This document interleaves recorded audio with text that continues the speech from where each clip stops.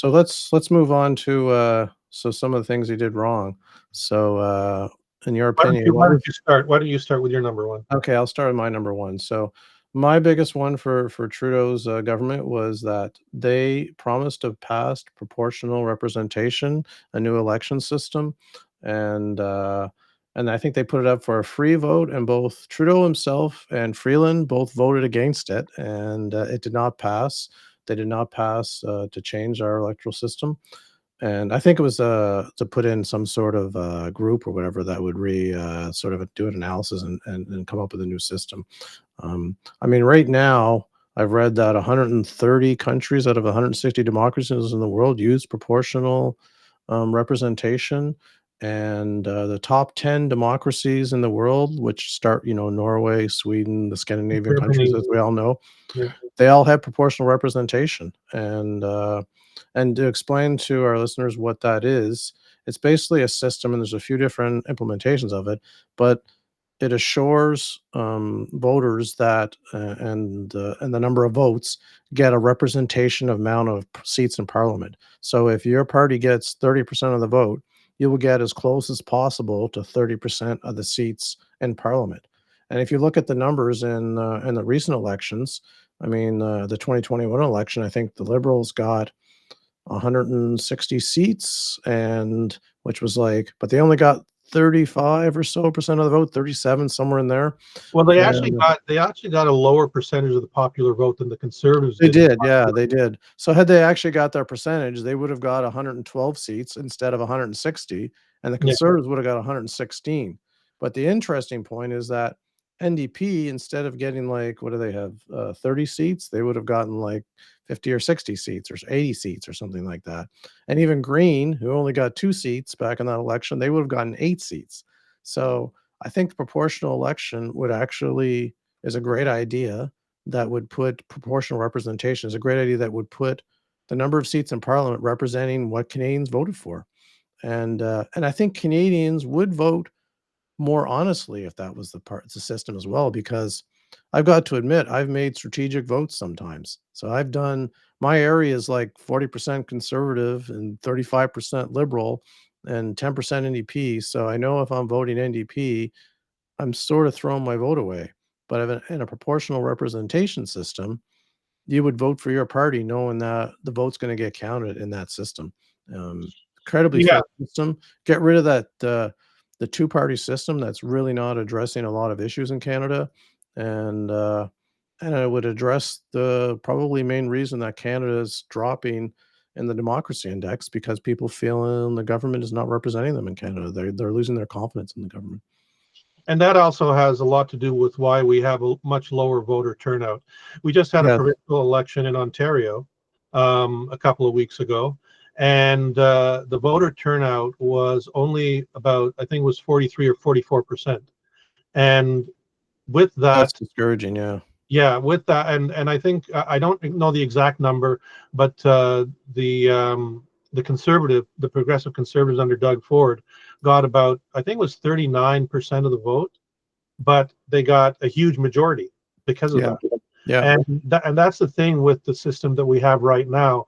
It favors the two main parties, and of course, which is probably one of the reasons why they don't want to get rid of it, because they're the ones who benefit the most. And if there was a PR system, then suddenly they would have to be in situations where they would have to negotiate for power and in terms of forming a government. And I think if we did have a PR voting system, I think you would get more people coming out. You would, yeah. Personally, my preference is for PR, and but also for a system along the lines that Australia has, where it is illegal not to vote. So if you don't vote, you actually get fined.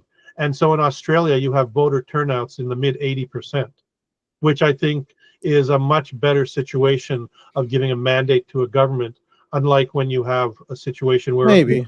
I mean, if you can't be bothered to vote, you probably can't be bothered to inform yourself on passing a good vote. So, I mean, those may come out in the wash if you're not informed. But if you're going to have a mandatory vote, you probably should have a mandatory training or a mandatory course where you have to spend a half an hour learning what each party represents, as opposed to just going in there and throwing your vote down.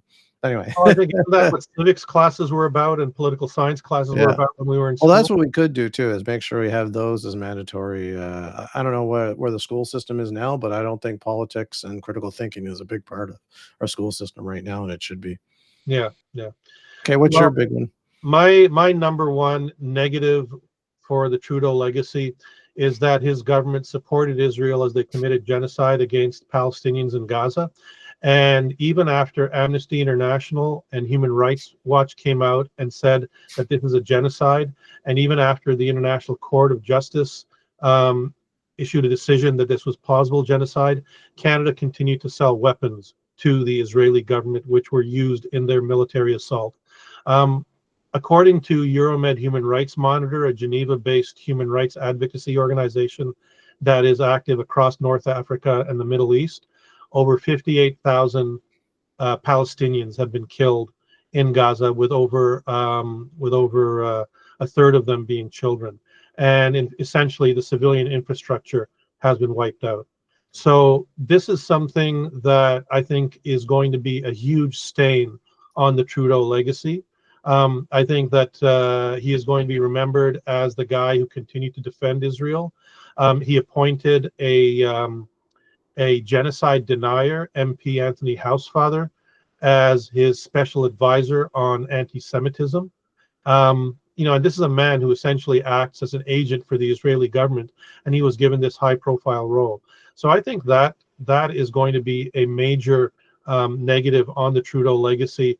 And when the historians and the political science start talking about it, they will show that it was probably one of the main reasons among large segments of the population why his support plummeted, and certainly among Canada's 2.2 million Muslims and Palestinians and Arabs, who for them this is a very major issue.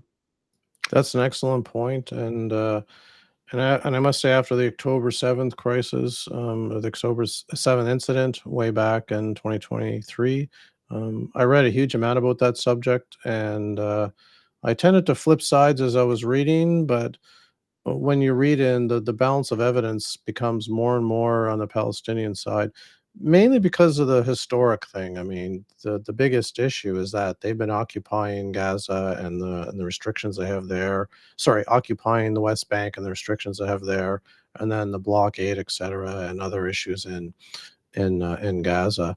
It seems that the balance of decision, way strong in the Palestinian. But I won't get into that one too much, because we can probably do a whole podcast on that one. But that's an excellent point. For my second one here, that he did wrong is one of the biggest issues in Canada is availability of doctors and doctor coverage. I mean, you can see that. Um, I mean, I think there's some degradation in the healthcare system in general, but I mean, I think you can still go into emergency, and the wait times are there, and the service and the people there are still excellent, and the doctors and nurses work very hard. But I think the biggest issue is just that availability of doctors, and you can see that coming like years ahead, and it was getting worse and worse and worse every year.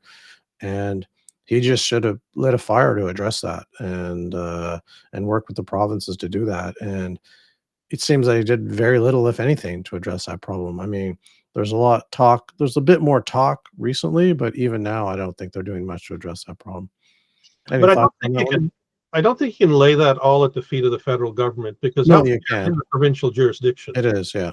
But a lot of that is paid through transfer payments for the healthcare system, and I think that's gone down, or not supported, has basically taken up a smaller percentage of the burden of the cost of the healthcare in Canada year over year. So, I mean, um, Well, if you look back in history, when Medicare was first introduced in Canada, the agreement was that the federal government would provide 50% of the funding. That was the agreement made with the provinces. Over the years, because of various reasons, that amount has declined to something on the order of 35%. So that's a yeah, huge decline. But also, the degradation of the healthcare system also has to do with provincial government decisions. The number of doctors that are funded in medical schools isn't decided by the federal government. It's decided by provincial governments. And back in the 90s and early 2000s, for some reason, in Ontario, that I'm aware of, and it's probably the case in other provinces as well, the funding for medical school positions was reduced, meaning there were fewer people going into medical school, resulting in fewer people coming out on the other end. I think they do that for 2 reasons. You probably know what they are, but go ahead. Well, and the other thing is that the people who are going into medical school, because of the challenges of setting up a family practice, and these people go into medicine to become doctors, not to be business people. Yeah. But if you are a if you are someone who does family practice, you suddenly have to become a small business person. Yes. And this is not what they're trained for. And a lot of doctors decide they don't want to deal with that hassle, resulting in them deciding, well, you know what, I'm going to specialize, which means, yeah, you have more specialists, but then you have fewer doctors. Well, And it's not just the business, it's the paperwork side, is what I yeah, heard a big exactly. complaint from doctors. They have a huge amount of paperwork now that's generated that why a doctor is doing paperwork or doing a lot of work, which is not their area. But I mean, that's where the federal government could have stepped in. Like the federal government could have put in place a single medical record system across Canada. They could have put in place, let's say, I mean, now a bunch of provinces have done more better medical systems, but not all of them have done it. And but had the federal government stepped up 10 years ago and done that, it would have really cut costs right across the country to put one system in place, and would also facilitate Canadians moving between provinces. Like the records would all be in one system.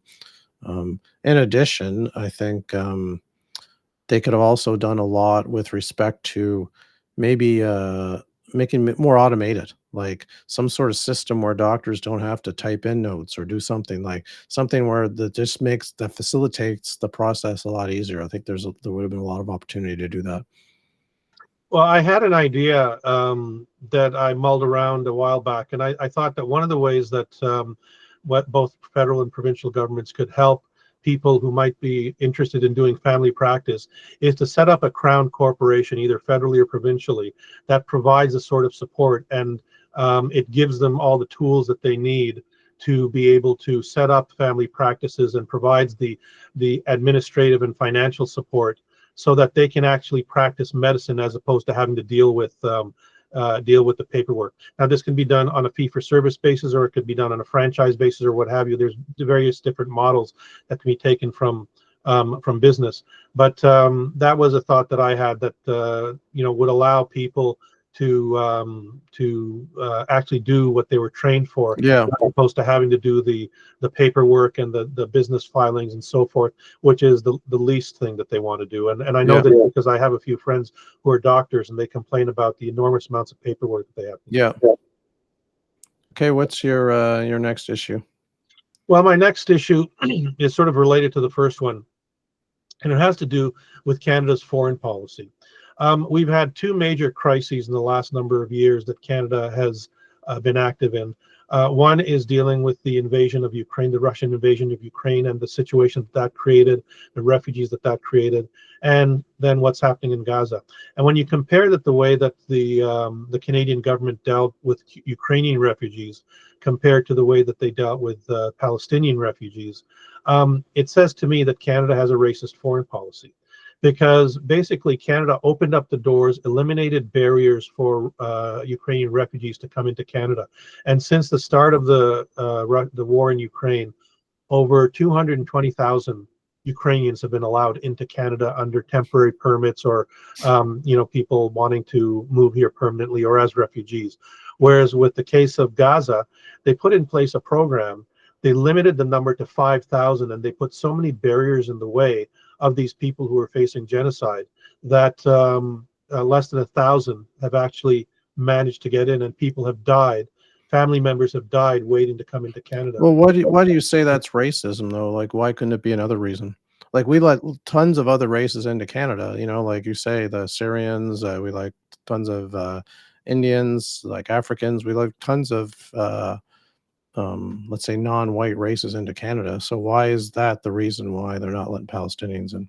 Well, because you've got two situations where you've got occupied territories, unjust wars, crimes against humanity being committed in both cases, war crimes, and in the case of Gaza, genocide. And yet, on the one hand, Canada basically, rolled out the red carpet for one group who happens to be white and Christian, and for the other group that is predominantly Muslim and brown, they have put all kinds of barriers in the way to allowing them into Canada when they are certainly facing similar horrors to what Ukrainians have been facing. Yeah. What about, I mean, you've got a ruling party, Hamas, which is, a very, what's the word? Not orthodox, but a very, very strong Muslim, non-secular government, very religious government with a lot of terrorist, attributes. So if you're gonna let a lot of Palestinians in, isn't there gonna be a huge risk of letting Hamas terrorists into Canada as well? Well, I mean, one could say that, one could make the same claim about the Israeli government, that the Israeli government is a terrorist rogue nation, You given their could, but you history. can't make that argument with Ukrainians though, right? Which is what No, you're you can't comparing it make it, to. but in the case of Israel, we allow free immigration. In fact, the Israeli government illegally is recruiting in Canada to get Canadians from the Jewish community to sign up with the Israeli military, and we don't do anything about that. But with Yeah. respect to No, there's definitely a bias there between Israeli and Palestine. I mean, I see that, and I understand the reasons for it. I mean, there's not just racial reasons, there's cultural reasons. People argue that it's the only democracy or it's the best, strongest democracy in the Middle East, which we can probably have a whole podcast about, but it's one of the reasons why people identify with Israel more, not just because it's white, because they see it as a more democratic society. And people feel they could go to Israel. I mean, I feel I could go to Israel. Let's say in peacetime, I would feel safer going to Israel than I would going to Palestine during peacetime. I mean, that may be totally unfair, but well, that's just my sentiment, and that's a sentiment of most Canadians probably. I have a friend who's a rabbi. He lives in Yeah, Hamilton, and he's very active in support of Palestinian justice. He's traveled to both Israel and the occupied West Bank multiple times, and he said he felt safer in among Palestinians than he did among the Israelis because he was like it's in his record that he is a yeah, pro-Palestinian activist. okay, Um, the fact is that traveling to that part of the world is no different than traveling anywhere else. But the bigger danger doesn't come from the Palestinians, it comes from the Israeli military. So, for example, if I were to try and go to Israel, they would basically look at my advocacy on behalf of Palestinian rights and basically consider me persona non grata, and I would be basically put on the plane and returned back to Canada, basically deported, even yeah, though I've never done anything violent in my life. And so, what it says to me is that when you look at a government like Israel, um, they're a nominal democracy. Yeah, they have elections, but you look at the people that they put in power right now, they have what can be classified, I think, as a fascist government. And for some reason, our government continues to, maintain close ties despite the crimes that have been committed. But well, I I'm would sure, say they have a really good democracy for everybody that's Jewish, and if you're not Jewish, well, then exactly, so I mean, exactly. if they have a country that's 100% Jewish, which is what they're shooting for, then you've got a full democracy of all those people. What it is that you've got a society that doesn't respect, and they're not the only society that doesn't want other cultures or races in them. I mean, I think Japan is probably very similar. It's probably got a good, strong democracy, but they don't have a lot of minorities in Japan, I believe. So I'm And not that's attacking changing in the Japan. case of Japan. That's changing in the case of It Japan is because changing. I think the private because it has population. to, but I mean, I didn't mean to attack them. I'm just saying historically they were the same situation. So, I mean, I Well, think the same thing with world South Korea. in Same thing. general, I mean, I think the world's got to change, and I think these situations are there because we have these conflicts between identities, etc. And I mean, I think it ties into one of I guess my final issue I'll make is that Trudeau did very little to address the wealth gap. I think if you have equality across the world and affluence and wealth, that most of these issues go away. That if everyone has a good lifestyle and a healthy living and and support for their family, etc., then you're not an extremist, you're not a terrorist or whatever. Like you're happy to live in peace with your neighbor, regardless of what that neighbor's beliefs and looks are. So to me, that's something that um, neither of the main parties have addressed or probably will address anywhere in the near future. I think the NDP, to bring them up again, has a platform to address the wealth inequality, but I don't think. I don't think even what they're proposing is sufficiently far enough to actually address the issue, because the wealth gap gets worse in Western countries and across the whole world every year. I Well, mean, maybe certainly. it's improving in some areas in some countries, but certainly what is the case is the top 1.1% is getting richer and farther away in probably every single country in the world, and they have a huger portion of the pie than every country in the world. Even though things are improving at the mid-level, so you don't have as many impoverished and you've got more people in the middle class, the uber rich are getting farther and farther away in every country in the world unless you address that. It just means, and the latest diplomas and the latest, economist, report on democracies in the world, they have a line that basically say that, wealth inequality and, like, inequality is basically and capitalism is basically incompatible with a sort of fair and open society or something like that. So, I mean, it really summed it up well, but, Yeah, that would be one to unpack. I think we yeah. should try and do. We should do a podcast where we look at all these international indexes which rate different nations and Oh, different. yes, that's awesome. I'd We, really wanna do one of those. we should do one of those. Yeah. So Okay. my final negative, because we've gone on a bit long. Yeah. Final negative is that the Trudeau government didn't take action when the Panama Papers were released in 2016. And for those who don't know, the Panama Papers were a treasure trove, over 10 terabytes of documents that were released in 2016, which showed all the people who had socked away, all the people and companies and so forth who had socked away money in tax haven nations. In the case of Canada, it showed that Canadian elites, the rich, Canadian corporations had socked away over $380 billion in tax haven nations. And this is money that could not be taxed because it was situated in those various countries. And first of all, this begs the question to me, it's made no sense to me. Why do we have treaties with tax haven nations to Yeah. allow the recognition? I mean, I think we should cancel all treaties that we have with tax haven nations, and anybody who uses those places to deposit their money, they should be taxed if their income is earned in Canada, that they should be taxed at Canadian rates. But these tax haven treaties allow these people and these companies to get away without paying taxes, but benefiting from all that Canada has to offer. Yeah. No, I 100% agree, and to answer your question as to why this happens, I think it's because the parties in power are supported by the wealthy, and they don't wanna put principles or put, policies in place that'll take a bite out of their wealth. I mean, it just comes, biting the hand that feeds them, and I think that'll only change if the party system changes where we have more people in power and not one party or a few parties have power, and that people become educated, so they demand that these changes be made, and they vote for a party that's willing to make them. That's what it'll take to do.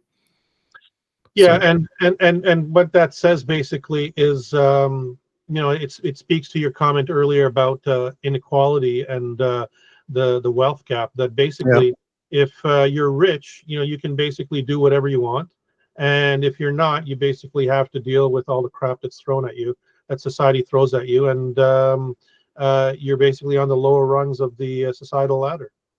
No, 100% agree. So, I think that brings us to the end of our time. I think that was an excellent, chat today we had. Thank you, Fareed. Note that you can find our podcast on most of your podcast providers, as well as on our, Podbean and on our site, yinsights.org/podcasts. The music from this podcast is Trials by Bladen. Thank you for listening, everyone, and hope to see you next week. And we'll be talking a lot more about more important stuff in our coming podcasts. And if there's something that you think we should cover, then contact us.